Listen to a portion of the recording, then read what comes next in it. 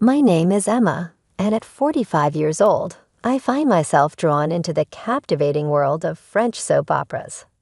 Thanks to the plethora of streaming services available, each new drama hooks me deeper, weaving intricate stories filled with intense emotions.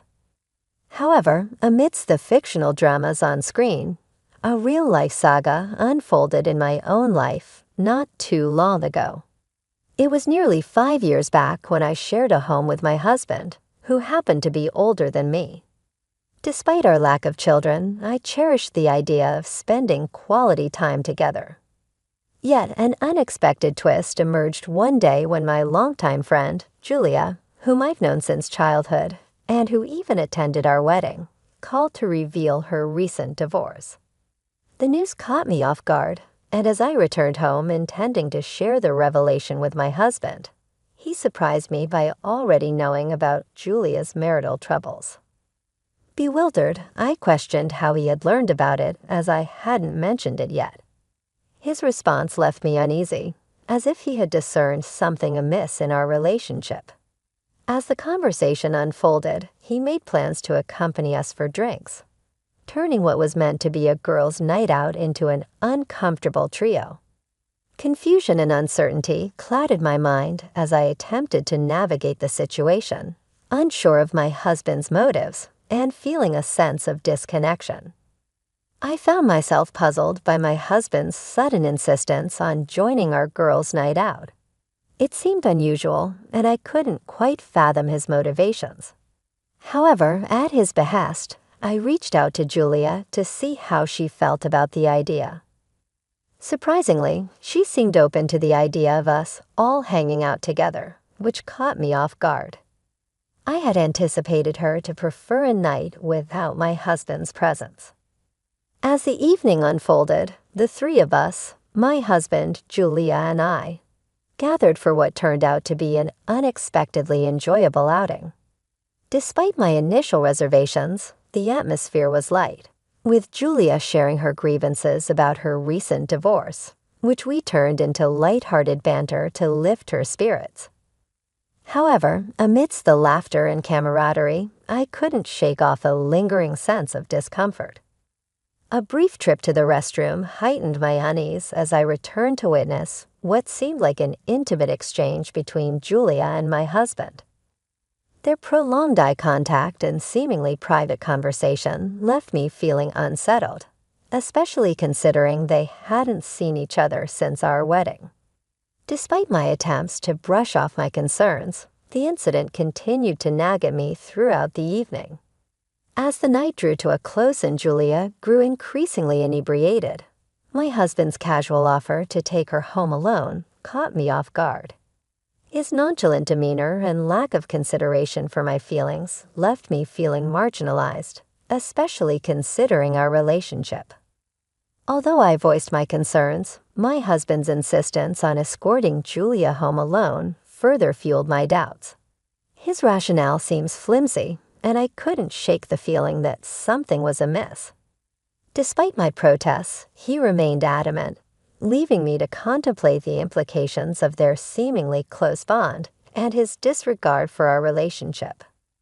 In the end, as they left together, I couldn't help but wonder about the nature of their relationship and whether I had been too quick to dismiss my suspicions.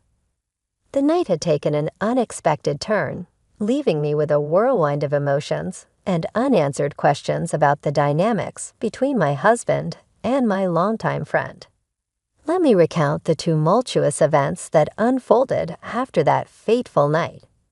Julia, now living alone in her apartment, added another layer of complexity to the situation. The discomfort I felt during our outing transformed into disbelief as I contemplated the possibility of her sharing details with my husband while I was briefly absent. Despite my initial hesitation, I made the decision to leave them together and head home alone. The conflicting emotions turned within me as I grappled with the implications of their seemingly close bond. However, as I stepped into the familiarity of my husband's study room upon my return, I found myself drawn to the shelves, wondering if they held any clues to the truth. My eyes fell upon a forgotten photo album, its presence unfamiliar amidst the familiar surroundings. With a sense of foreboding, I flipped through its pages, revealing a trove of photographs capturing moments of happiness between my husband and Julia. Each image spoke volumes, hinting at a relationship that had been clandestinely blossoming for over a decade, unbeknownst to me. The weight of this revelation hit me like a ton of bricks, exacerbating the effects of the alcohol coursing through my veins. Nausea threatened to overwhelm me as I grappled with the betrayal unfolding before my eyes. In my intoxicated state, I stumbled towards the bathroom, only to be intercepted by my returning husband. His obliviousness to my distress grated on my already frayed nerves, prompting a visceral reaction as I recoiled from his touch. The facade of normalcy shattered as I struggled to come to terms with the depth of his deceit. With each passing moment, the anger simmered within me, fueled by a sense of betrayal and disbelief. His attempts at reconciliation only served to further infuriate me as I recoiled from his gestures of concern. The urge to drown my sorrows in alcohol and oblivion intensified, a desperate attempt to escape the pain of betrayal. Yet, amidst the chaos, a steely resolve took hold as I braced myself for the inevitable confrontation that lay ahead. As we faced each other in the living room, the air crackled with tension, punctuated by the weight of unspoken truths. His casual demeanor belied the gravity of the situation, a stark contrast to the turmoil raging within me. With a sense of resignation, I posed the question that hung heavy in the air, demanding answers to the painful truth revealed by the damning photographs. The confrontation with my husband was a moment of reckoning, fueled by a mixture of anger, betrayal, and a desperate need for answers. As I presented the album I had stumbled upon in his sanctuary, his pale complexion betrayed his inner turmoil, setting the stage for a series of questions that demanded truth and accountability. With each query, I peeled back the layers of deception, laying bare the extent of his infidelity and the shattered remnants of our marriage. The first question hung heavy in the air, a simple yet damning inquiry that left no room for evasion. Yet his silence spoke volumes, a tacit acknowledgement of his guilt that only served to stoke the flames of my fury. As I pressed for a response, his words stumbled forth like shards of broken glass, punctuating the tense silence with hollow apologies and feeble excuses. His admission of betrayal was met with cold indifference as I grappled with the reality of our shattered trust and the irreparable damage inflicted upon our relationship. But it was his declaration of allegiance to another that truly shattered what remained of our bond. The revelation of his love for Julia, delivered with the fervor of a newfound Selah, struck me like a dagger to the heart. His words, laden with the weight of destiny and spiritual alignment, rang hollow in the face of his betrayal. In that moment of clarity, I realized the futility of salvaging what was left of our marriage. The bonds that once tethered us together had been severed beyond repair, replaced by a chasm of betrayal and disillusionment. His desire for divorce, fueled by his newfound connection to Julia, was met with a resigned acceptance tinged with a bitterness that lingered like a bitter aftertaste. As we parted ways, the echoes of our failed marriage reverberated in the empty space between us, a testament to the fragility of trust and the inexorable march of fate. In the end, all that remained was the hollow shell of what once was, a testament to the fleeting nature of love and the harsh realities of human frailty. In response to my husband's absurd request for a divorce, I found myself retorting with an equally absurd attitude. As he continued to badger me with his demands, I chose silence as my shield, retreating into the sanctuary of the shower to escape his tirade. His shouts echoed through the walls, a stark reminder of the crumbling facade of our once happy marriage. With each passing moment, the rift between us widened, fueled by resentment and unspoken grievances. His insistence on divorce only served to strengthen my resolve as I defiantly asserted my independence and reclaimed my sense of self-worth. In my eyes, he had become nothing more than a nuisance, a mere speck of dust in the vast expanse of my existence. The next day dawned with an air of liberation as I embraced the newfound freedom that lay before me. With my husband gone for the day, I reveled in the solitude of my own company, relishing the peace and quiet that had long eluded me. As he returned home that evening, his footsteps echoing through the empty halls, I remained unmoved, refusing to acknowledge his presence. His frantic search for his missing shoes served as a stark reminder of the irreparable rift that had formed between us. With each passing moment, the divide between us grew wider until it seemed insurmountable. Yet I remained resolute in my decision to forge ahead alone, undeterred by his futile attempts at reconciliation. As he pleaded for my attention, I remained aloof, lost in my own world of luxurious indulgence. The clatter of his footsteps echoed through the silence, a stark reminder of the chasm that had formed between us. His confusion and frustration only served to reinforce my resolve as I forged ahead with unwavering determination.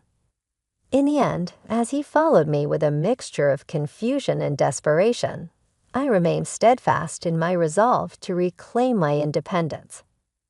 With each passing moment, the realization dawned upon me that I was no longer beholden to him or the confines of our fractured marriage. In the silence of the evening, I found solace in the knowledge that I was finally free to chart my own course, unencumbered by the weight of his expectations.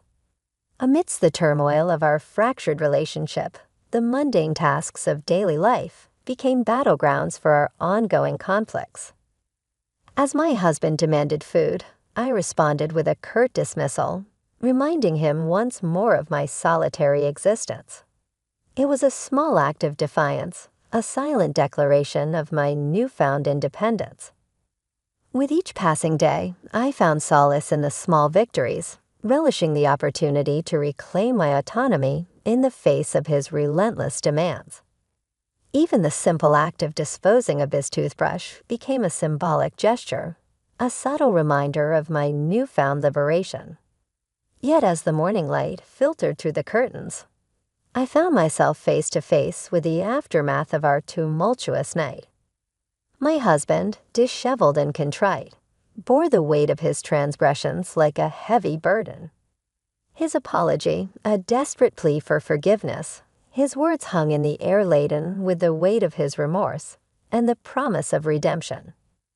But as he knelt before me, his plea for a fresh start fell on deaf ears.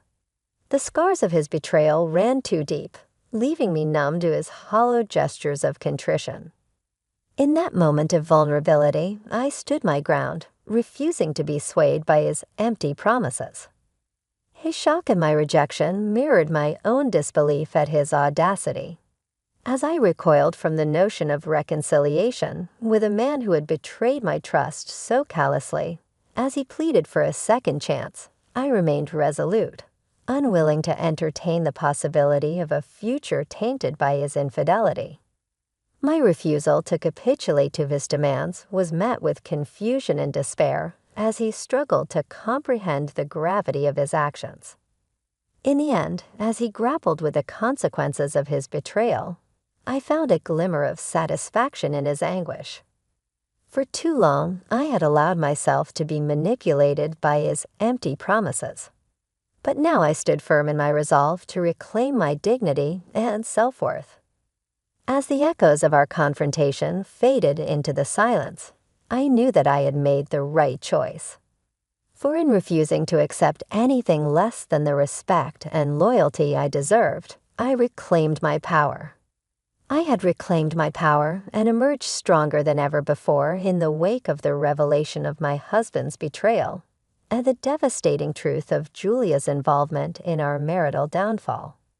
I found myself at a crossroads, grappling with a tumultuous mix of emotions, ranging from anger and betrayal to a deep-seated determination to seek justice and reclaim my sense of self-worth. It was a watershed moment that demanded action, and I was ready to confront the turmoil head-on, no matter the cost. As the weight of their deceit settled upon me like a heavy cloak, I resolved to take decisive action with a clarity of purpose fueled by years of pent-up frustration and indignation. I made it unequivocally clear to both my husband and Julia that there would be repercussions for their actions. No longer would I passively endure the pain and suffering inflicted upon me by their clandestine affair. It was time to assert my autonomy, to reclaim agency over my own life, and to hold them accountable for the havoc they had wrought upon my once happy existence. With a steely resolve, I laid out my intentions to seek retribution, to demand compensation for the irreparable damage they had inflicted upon me. Alimony was merely the tip of the iceberg. I vowed to pursue every avenue available to me to ensure that they both paid a steep price for their betrayal. It was a matter of principle, a refusal to allow their deceit to go unpunished, and I was prepared to pursue justice with unwavering determination. Dragging my husband to the threshold of our home, I cast him out into the cold, unforgiving world, severing the ties that had bound us together in matrimony. It was a visceral act of liberation, a symbolic gesture that marked the end of our toxic union and heralded a new chapter in my life, one defined by resilience and self-reliance. And as the truth of Julia's treachery came to light, I felt a surge of vindication wash over me. No longer would I be shackled by the chains of their deception. No longer would I allow myself to be defined by their betrayal. Instead, I emerged from the wreckage of my broken marriage stronger and more empowered than ever before, ready to embrace the challenges that lay ahead with a newfound sense of courage and determination. In the end, their actions served as a catalyst for my transformation, propelling me forward on a journey of self-discovery and empowerment. Amidst the ruins of my shattered dreams, I found the strength to rebuild my life on my own terms, forging a path towards a brighter and more fulfilling future, one free from the shadows of their deceit and manipulation. It was a bitter pill to swallow, hearing the sordid tale of betrayal and deception unfold before my eyes. But as I listened to the repercussions of their actions, I couldn't help but feel a sense of vindication. After all, it was the consequences they deserved for their betrayal, for tearing apart the fabric of trust that once bound us together. Now 5 long years have passed since that tumultuous chapter in my life. In the midst of paying alimony, my ex-husband found himself forced into retirement, his golden years overshadowed by the financial burden of our divorce settlement. And as for Julia, she too found herself ensnared in the web of her own making, her prospects for remarriage dwindling with each passing day. It seems that karma had caught up with them both, exacting its toll for the pain and suffering they had caused. While my ex-husband struggles to make ends meet and Julia grapples with the harsh realities of her financial situation, I have chosen a different path. Though I have been compensated handsomely for the betrayal I endured, I have eschewed extravagance in favor of a simpler, more modest existence. For in life, one never knows what twists and turns may lie ahead. And so I have chosen to live each day with purpose and intention, focusing on the things that truly matter. Amidst the chaos of life's uncertainties, I have found solace in the simple pleasures, such as indulging in my favorite pastime of watching French soap operas. Recently, I even found a kindred spirit at work who shares my passion, and we have begun to dream of adventures in France together. But as we plan for the future, I am reminded of the importance of living in the present, of cherishing each moment as it comes. No longer do I concern myself with the compatibility of our soul vibrations or the intricacies of fate. Instead, I strive for peace, for health, and above all, for happiness.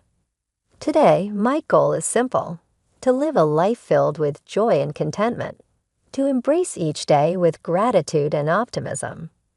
For in the end, it is not the hardships we endure or the betrayals we suffer that define us, but rather the strength and resilience with which we face them. And as I look towards the future, I do so with hope in my heart and a renewed sense of purpose.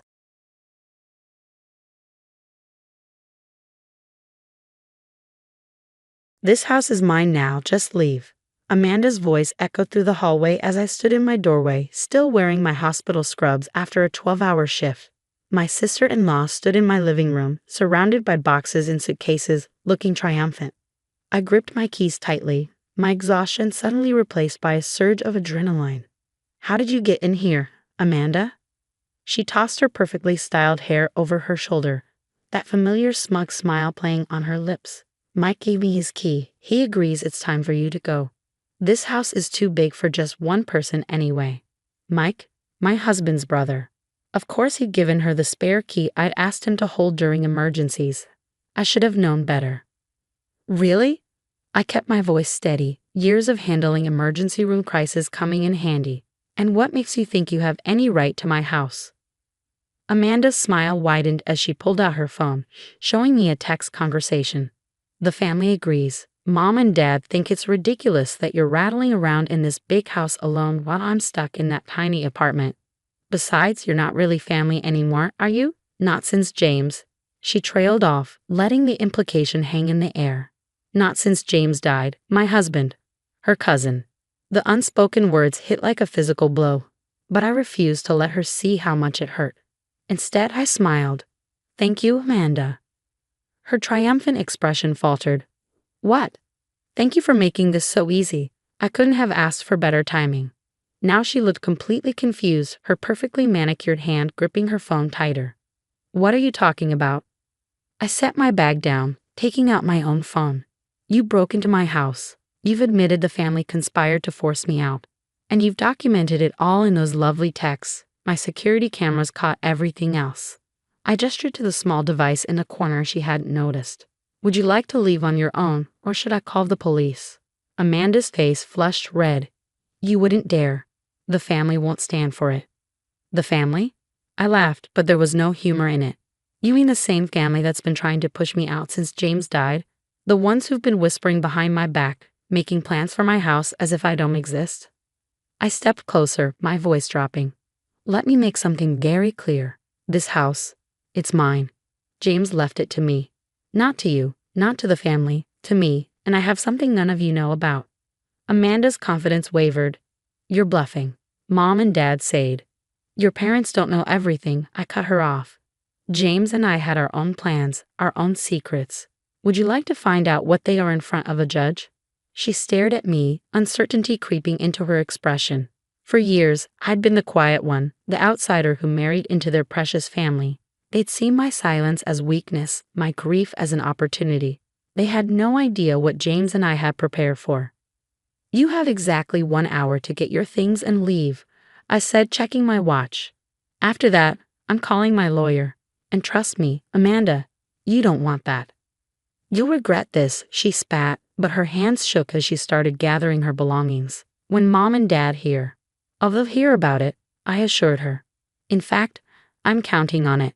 You've just made everything so much simpler." As Amanda rushed around, throwing her things back into boxes, I sat calmly on my couch, the one James and I had picked out together, and started typing out a message to my lawyer. The security footage was already backed up, Amanda's attempted takeover documented in perfect detail. James had always said his family would show their true colors eventually. "They're vultures," he told me during one of our late-night talks. "The minute they sense weakness, they'll swoop in." That's why we'd made arrangements, set up protections that none of them knew about. I watched Amanda struggle with her boxes, her perfect hair now disheveled, her confidence shattered. Part of me felt a twinge of satisfaction, but mostly I felt tired. Tired of their schemes, tired of defending what was rightfully mine. "Time's almost up." I called out as she made another trip to her car. She shot me a venomous look but moved faster. My phone buzzed, a text from Mike. "Amanda says you're threatening her. This isn't what James would have wanted." I didn't bother responding. They played the James card for the last time. Tomorrow, they'd learn exactly what James had wanted, what he planned for. and none of them were going to like it. As Amanda finally loaded the last box, she turned to me, her mascara slightly smeared. "You have no idea what you're starting." I smiled, thinking of the envelope in my safe, the one James had left with specific instructions. "No, Amanda, you have no idea what you just finished." The door closed behind her with a satisfying click. I sat in a sudden quiet, looking around at the home James and I had built together. On the mantel, our wedding photo smiled back at me. James had known this day might come. He'd made sure I was ready for it. I picked up my phone and dialed my lawyer's number. "Hi, David. It's time." They made their move, just like James said they would. "Let's show them what we've been holding onto." The next morning, I sat in David's office, watching as he laid out the documents James had entrusted him with. 3 years of meticulous planning spread across his mahogany desk. "Everything's in order," David said, adjusting his glasses. James was thorough. He knew exactly what his family would try to do. I picked up one of the papers, a detailed account of every loan the family had taken from James over the years, complete with dates, amounts, and their promises to repay. None of them ever had. "How soon can we proceed?" I asked, thinking of Amanda's threats. "I've already filed the initial paperwork. But first," David handed me an envelope still sealed. "James left instructions for this to be opened only if they tried to force you out of the house." My hands trembled slightly as I broke the seal. Inside was a letter written in James's familiar handwriting. "My dearest love, if you're reading this, they've finally shown their true colors. I'm sorry I'm not there to protect you from them, but I made sure you have everything you need to protect yourself." What they don't know, what I never told them, is that every loan they took came with conditions. Every time they borrowed money, they signed agreements. Mom, Dad, Mike, Amanda. They were all so eager for quick cash that they never read the fine print. Those agreements, they're all legally binding. If they ever try to force you out of our home, every loan becomes due immediately, with interest. Don't let them bully you. Don't let them use my memory against you. Show them exactly who you are. All my love, James. I looked up at David, my vision blurring with tears I refused to let fall. "How much do they owe?" He slid a spreadsheet across the desk. The total at the bottom made my eyes widen. "With compounded interest over the years," David said, "they owe you just over $487,000. The front desk called. Amanda's parents had arrived, right on schedule. David raised an eyebrow. "Ready?" I straightened my spine, tucking James's letter safely in my bag. "Let them in." Robert and Marie swept into the office like they owned it, with Amanda trailing behind. One look at their faces told me they'd expected to intimidate me into submission. "This has gone far enough," Robert began, not bothering with pleasantries. "Amanda told us about your ridiculous threats. We've been patient with you since James passed, but—" "Patient." I interrupted, my voice cold. "Is that what you call trying to steal my house?" Marie stepped forward, her expensive perfume filling the air. "That house belongs in the family. James would have." "Would have what?" I pushed the documentation toward them. "Would have wanted you to repay the money you borrowed from him." The color drained from Robert's face as he looked at the papers. "These are private family matters." "They're legal matters," David corrected. "And according to these signed agreements, the full amount is now due." Amanda snatched one of the documents, her eyes scanning frantically. "This isn't possible. James would never." "James did," I said quietly. "He kept track of everything. Every time you needed money for a new car, Robert. Every time Marie wanted to remodel. Amanda's failed business venture. Mike's gambling debts. James helped you all, and you never paid back a cent." "We're family," Marie protested weakly. "Family?" I stood up, James's letter giving me strength. Family doesn't try to steal from each other. Family doesn't use someone's death as an opportunity to take what isn't theirs. David cleared his throat. "You have 2 options. You can pay the full amount within 30 days, or we can take this to court. Given the documented break-in attempt yesterday, I don't think you want this in front of a judge." Robert's face had turned an alarming shade of red. "This is extortion." "No," I said calmly. "This is consequences. You tried to take my home. Now I'm taking back what you owe me, what you owe James." Amanda slumped in her chair, the reality of the situation finally hitting her. "We don't have that kind of money." Then I suggest you start selling things, I replied. Maybe start with that beach house you bought with James's money, Robert. Or your precious art collection, Marie. They left David's office in shocked silence, the weight of their actions finally catching up to them. As the door closed behind them, I let out a breath I felt like I'd been holding for years. James would be proud, David said quietly. He knew they'd try something like this eventually. That's why he kept such detailed records. James would be proud, David said quietly. He knew they'd try something like this eventually. That's why he kept such detailed records. I nodded, touching a letter in my bag. James had known his family better than they'd known themselves. He'd seen through their facade of affection to the greed beneath. What happens now? I asked. David smiled. Now, we wait. But trust me, they'll pay. They have too much to lose if this goes public. Walking out of his office, I felt lighter than I had in months. James had given me one final gift, the means to stand up to his family and the strength to use it. 1 month later, I stood in my kitchen, sipping coffee and watching a morning sun stream through the windows James and I had picked out together. The house felt different now, not empty, but peaceful. The weight of his family's expectations and schemes had lifted, replaced by a quiet strength I'd found in standing my ground. My phone buzzed with a text from David. All payments received. The transfers are complete. I smiled, remembering the series of events that had unfolded over the past month. Robert and Marie had sold their beach house. Amanda had surrendered her luxury car, and Mike had been forced to liquidate his investment portfolio.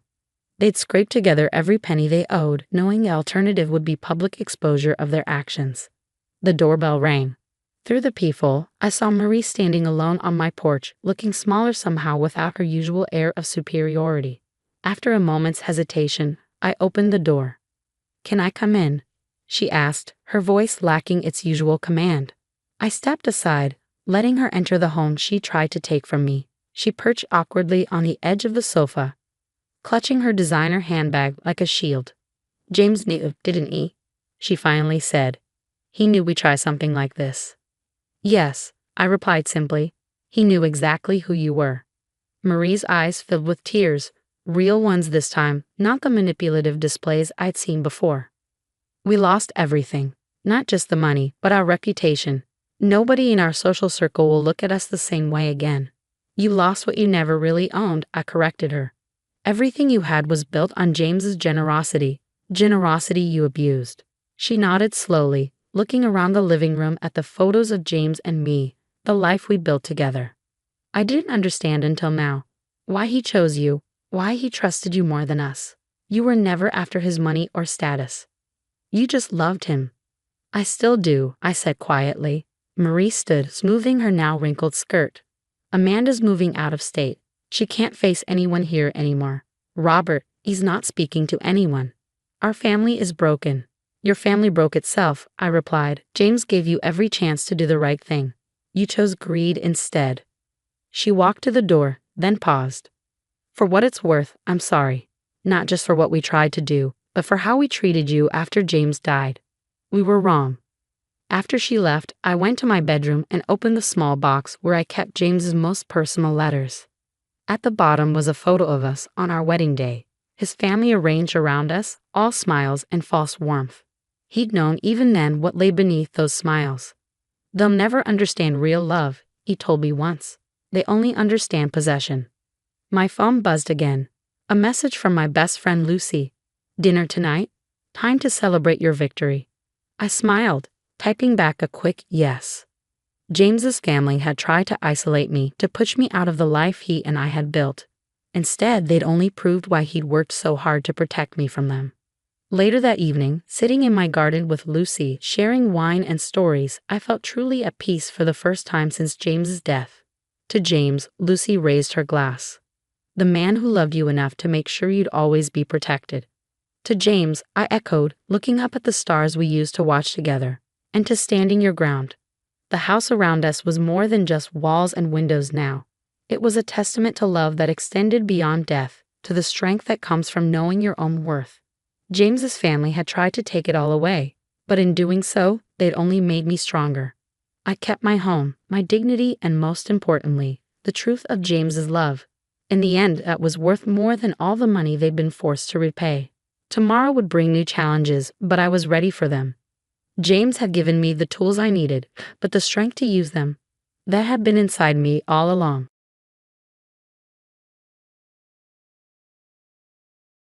The steady beeping of hospital monitors was the first thing I heard as consciousness slowly returned. My eyelids felt heavy, but I forced them open, squinting against the harsh fluorescent lights. A nurse dropped her clipboard in shock when she saw me awake. Doctor, come quickly. She's awake, she called out, rushing to my bedside. My name is Emma Sullivan, and I had just woken up from a 2-month coma. The last thing I remembered was driving home from work on a rainy evening. Now I was lying in a hospital bed, my body weak from disuse, trying to piece together what had happened. As medical staff swarmed around me, conducting tests and checking vitals, I caught fragments of their conversations. Miraculous recovery, against all odds, brain activity returned. But it was a different conversation that made my blood run cold. One I had heard while in my comatose state. My mother-in-law, Patricia, had visited regularly, but not out of concern for my well-being. I remembered her voice, cruel and calculating, as she spoke on the phone next to my bed. Yes, I'm selling Emma's house. She's not waking up anyway, and my daughter needs a place to live. The doctors say she's brain dead. It's the perfect opportunity.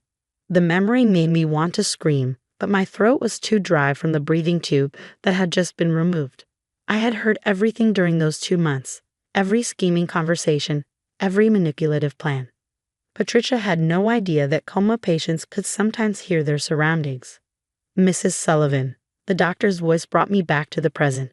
Can you understand me? Blink twice if you can. I blinked twice, and he smiled encouragingly. Good. You've been in a coma for about 2 months following a severe car accident. Your recovery is remarkable, but you'll need time to regain your strength. As my voice slowly returned over the next few hours, I asked the nurse to contact my best friend, Sophie, instead of my husband, Mark. I needed to know exactly what had happened while I was unconscious, and I knew Sophie would tell me the truth. Sophie arrived within an hour, tears streaming down her face as she hugged me carefully. Emma, oh my God, I can't believe you're awake. I've been so worried. Sophie, my voice was hoarse but urgent, tell me about my house. What has Patricia done? Sophie's expression darkened. How did you? Never mind. It's bad, Emma. Patricia convinced Mark that you'd want your house to go to his sister, Ashley. She forged your signature on some documents while you were in the coma. They've already started moving Ashley's things in. I closed my eyes, remembering more snippets from my comatose state. Patricia's voice. Mark, darling, Emma would want Ashley to have the house. You know how close they were. The truth was, Ashley and I barely spoke, and Patricia had always resented that I owned the house outright, an inheritance from my grandmother. Where's Mark now? I asked, though I already suspected the answer. He's been staying at Patricia's house, with Ashley. He said it was too painful to be in your house alone. But Sophie hesitated. But he's been helping them steal it from me, I finished. The betrayal hurt, but not as much as I expected. During my coma, I'd heard enough of Mark's conversations with his mother to know he wasn't the man I thought I'd married. What they didn't know, what Patricia hadn't bothered to check in her rush to seize my property, was that my grandmother had been smarter than that. The house wasn't just deeded to me, it was held in an irrevocable trust with specific conditions. My grandmother had seen enough family drama in her lifetime to know the importance of protecting assets. Sophie, I said, reaching for her hand, I need you to contact Benjamin Wright, my grandmother's lawyer. Don't tell anyone else I'm awake yet. Not Mark, not Patricia, no one. Emma, what are you planning? I managed a small smile, remembering Patricia's last visit just yesterday. She'd been on the phone with a real estate agent, discussing rental prices for my house. Completely confident in her victory, Patricia thinks she's won because I was brain dead. But I heard everything. Every plan, every lie, every scheme. I know exactly what they've done, and more importantly, I know what they're planning to do next. Sophie squeezed my hand, understanding dawning in her eyes. And you recorded everything, didn't you? With that new medical proxy app you told me about before the accident, the one that records all conversations in the patient's room. I nodded slowly. Every word. But first, let them think they've won. I want to see their faces when they realize I heard everything they said while I was gone. As Sophie left to make the call to Benjamin, I lay back in my hospital bed, conserving my strength. Patricia had no idea that her bedside confessions had sealed her fate. Sometimes, the best revenge is simply letting your enemies think they've won, until the perfect moment to prove them wrong. The doctor said I would need a few more days in the hospital to regain my strength. That was fine with me. It would give Benjamin time to prepare everything we needed. Patricia and Mark thought they had staged the perfect plot during my coma. They were about to learn that sometimes playing dead is the best way to catch the snake in your garden. 3 days after waking up, I was still in the hospital when I heard Patricia's shrill voice echoing down the hallway. My heart raced, but I quickly closed my eyes, maintaining steady breathing. The door opened and I could smell her overwhelming perfume. "Still no change," she said loudly, presumably on her phone. "Ashley's already redecorated half the house. We should have the rental agreement signed by next week. The extra income will be perfect for her wedding plans." I felt her move closer to my bed. Can you believe the doctors still want to run tests? They should just let nature take its course. It's been 2 months. She's not coming back. Just then my phone, which Sophie had placed on my bedside table, pinged with a message. Patricia went silent. "Hello." She moved closer, probably trying to see the screen. I heard her sharp intake of breath. "Benjamin Wright. Why is Emma's grandmother's lawyer messaging her now?" The rustle of movement told me she was reaching for my phone. That's when I opened my eyes. "I wouldn't touch that if I were you, Patricia." Her scream was everything I'd hoped for. She stumbled backward, face pale as if she'd seen a ghost. In a way, she had. "Emma? But you're brain dead." I finished for her, my voice stronger now after days of therapy. "That's what you've been telling everyone, isn't it? Along with all those plans for my house." She recovered quickly, smoothing her expensive blouse. "You must be confused, dear. The doctor said you had minimal brain activity. We were just trying to do what's best for everyone. By forging my signature, by planning to rent out my house, by convincing Mark I'd want Ashley to have everything." Her eyes narrowed. "You can't prove any of that. You were in a coma." I reached for my phone, pulling up the recording app. "Actually, I can prove all of it. It's amazing what technology can do these days. Did you know there's an app that records everything said in a patient's room once it's activated by their medical proxy?" The color drained from her face again. You recorded." "Everything," I confirmed. "Every visit, every phone call, every scheme you plotted by my bedside. Would you like to hear some highlights? Like when you told Ashley she could sell my grandmother's antiques, or when you planned to claim I'd verbally promised the house to her before my accident." Patricia's hands were shaking now. "Those recordings won't hold up. You were unconscious." "Maybe not on their own," I agreed. "But combined with the forged documents you submitted, the fake witness statements, Benjamin has been quite busy gathering evidence." She straightened up, trying to regain control. "Mark won't let you do this. He agrees Ashley deserves." Mark lost any say in this when he chose to help steal from his comatose wife. I cut her off. "But please, keep talking. The app is still recording." The door opened again, and Sophie walked in with Benjamin Wright. Patricia's face went from white to gray. "Mrs. Watson," Benjamin said formally, addressing Patricia, "I've been hoping to speak with you about some concerning documents that were recently filed." Patricia grabbed her purse, heading for the door. "I don't have to listen to this. You were half dead, Emma. We did what needed to be done." "No, Patricia," I called after her. "You did what you wanted to do, thinking I'd never wake up to stop you. That was your mistake." She paused at the door, turning back with a sneer. "You don't have the strength for this fight. Look at you, you can barely sit up." I smiled, holding up my phone. "I don't need strength. I just needed you to keep talking. And you did, day after day, sitting right here, laying out every detail of your plans. Would you like to know what else I recorded while you thought I couldn't hear?" She fled, her heels clicking rapidly down the hallway. Benjamin placed a thick folder on my lap. "Everything's ready," he said. "The trust documents, the recordings, the evidence of fraud. Would you like me to proceed?" I nodded, thinking of Ashley already redecorating my home. Mark helping her move in, Patricia orchestrating everything from the shadows. "Yes," I said firmly. It's time they learned who they were really dealing with. Sophie sat beside me, squeezing my hand. "Mark's been calling me, asking if I've heard anything about your condition." Has he visited even once since they started moving Ashley in? She shook her head. Then he's made his choice, I said, opening the folder Benjamin had brought. Now it's time for me to make mine. As I signed the papers authorizing Benjamin to proceed with legal action, I thought about Patricia's words. You don't have the strength for this fight. She was wrong. Sometimes strength isn't about physical power. Sometimes it's about lying still, listening carefully, and waiting for the perfect moment to show your enemies exactly how badly they've underestimated you. Benjamin, I said, handing him back the signed documents, make sure they understand one thing. This is just the beginning. 1 week later, I sat in Benjamin's office, watching the security camera from my house. Inside, Patricia, Mark, and Ashley were laughing and planning a party, still thinking I was in a coma. They were celebrating after stealing from me. Are you ready?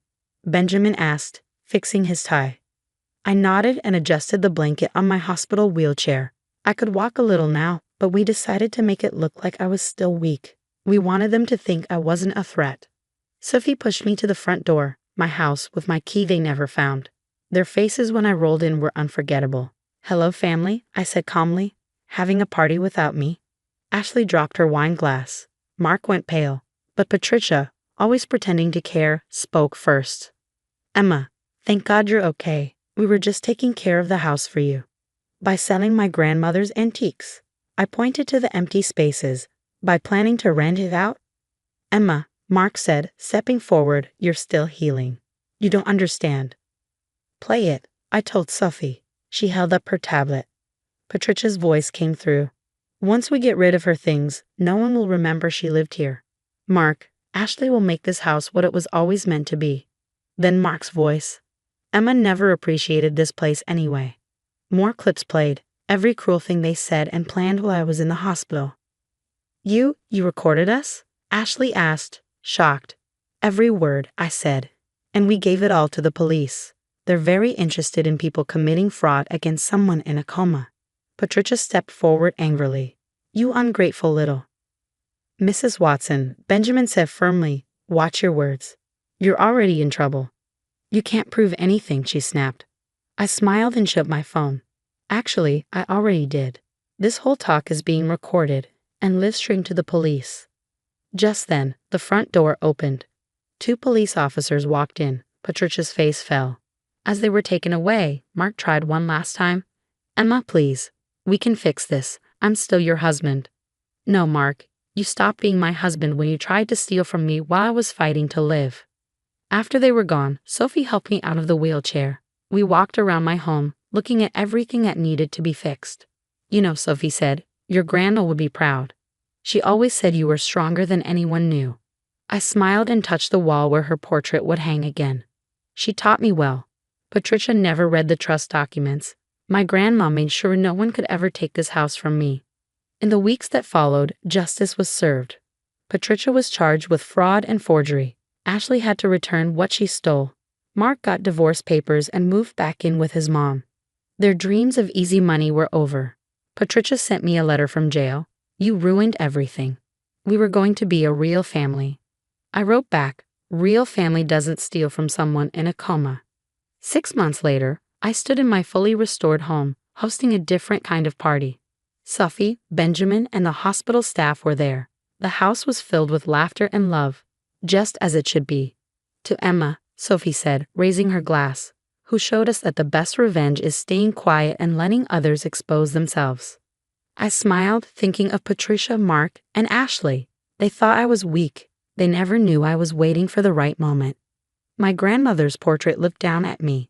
I could almost hear her say, the strongest people are often the quietest. They watch, wait, and strike at the right time. She was right. I didn't need to fight or yell. I just had to wait until the time was right to show them they had never truly won. The house was mine again. My life was mine, and my future was bright.